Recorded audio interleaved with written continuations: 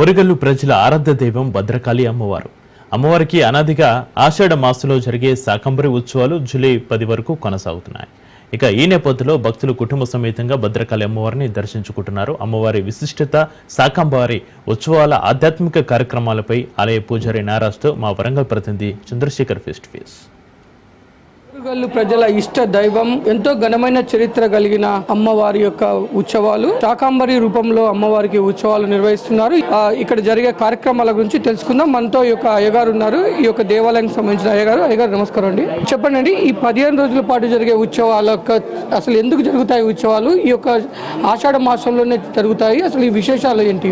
మహాదేవ, పూర్వకాలములో ఈ దేశమంతా కూడా కరువు కాటకాలతో అట్టుడిగిపోతూ జనాలకు తాగేటందుకు నీరు లేక, తిందామంటే తిండి లేని పరిస్థితుల్లో దుర్భిక్షంగా ఉన్నటువంటి సమయంలో అందరూ మానవులు పడుతున్న కష్టాలను మహర్షులు గ్రహించి వాళ్ళు భగవతిని, ఆ జగన్మాతను ప్రార్థిస్తారు. అమ్మ, నీ అనుగ్రహం లేక లోకంలో పాడి పంటలు లేవు, వర్షధార లేదు, కాబట్టి లోకాన్ని అనుగ్రహించు జగన్మాత అని అమ్మవారిని ఆరాధించగానే కష్టం వచ్చింది అనగానే ఆ జగన్మాత ఆ నిమిషంలోనే శరీరంలో నుంచే అనేక జలధారలను కురుపచేయించి జలపాతాలుగా లోకానికి అందించి అన్ని నదులను, అన్ని సరస్సులను నింపివేసిందట. తద్వారా సువృష్టి అయిన వర్షాలు పడి, కుంభవృష్టి పడి ఈ పంటలు వండి లోకానికి ఎంతో ఉపకారం జరిగినదట. మహర్షులు చెప్పారు. దాన్ని లోకంలో ఉన్న మానవులు కూడా అమ్మవారిని ఆషాఢ మాసంలో వర్ష ఋతువు ఇప్పుడు మనకు ఈ వర్షాలు పడాలి అంటే జగన్మాతను ముందుగా ప్రార్థిస్తే చక్కటి సువృష్టి కలుగుతుంది అని నాటి నుంచి నేటి వరకు. అయ్యగారు, ఈ 15 రోజుల పాటు శాకంబరి ఉత్సవాల్లో అమ్మవారికి ఎలాంటి పూజలు జరుగుతాయి? ఏ రూపాల్లో అమ్మవారు దర్శనమిస్తారు? 15 రోజులు కాళీ క్రమాన్ని అనుసరించి కాళీ, కపాలిని, కుల్లా, కురుకుల్లా, విరోధిని, విప్రచిత్త, ఉగ్ర ప్రభా, దీప్త, నీలా, గణ, బలాక, మాత్ర, ముద్ర, మిత, ఈ విధంగా 15 రూపాలలో మొదటి రోజు కాళీగాను, రెండో రోజు కపాలిగాను, మూడో రోజు కుల్లాగాను, నాలుగో రోజు కురుకుల్లాగాను, ఇట్లా రోజు ఒక రూపంలో అమ్మవారు దర్శనమిస్తుంది.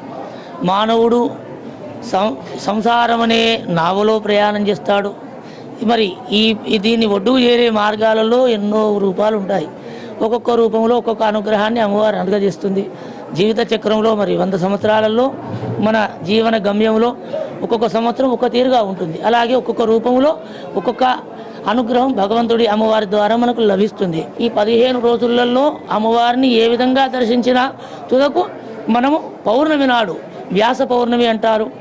మరి మనము భగవంతుడికి, ఏ మనిషి అయినా భగవంతుడి కాదు, ఈ లోకంలో 4 రుణాలతో మనం పుడతాము. అది ఏంటిది? తల్లిదండ్రులకు ఎంత సేవ చేసినా కూడా ఈ రుణాన్ని మనం తీర్చుకోలేము.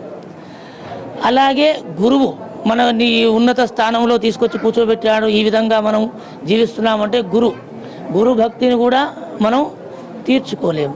ఇంకొకటి ఋషులు, మరి దేవతలందరినీ మనం ప్రత్యక్షంగా ఏ మానవుడు ఈ వారికి దర్శించలేదు. ఋషుల యొక్క అనుగ్రహం చేతనే మనం ఈ దేవతామూర్తులను పూజిస్తున్నాము. అటువంటి మహర్షులు, వారి రుణము మనకు తీరదు. ఇంకొకటి దేవ రుణము, భగవంతుడు మనకు కరుణా కటాక్షము, ఒక్క చిన్న పూలదండ వేసి అమ్మ సర్వస్వము నీవే అంటే అక్షయముగా అనేకం మనల్ని అందజేస్తుంది అమ్మ. మరి ఆ దేవరుణం అంటారు.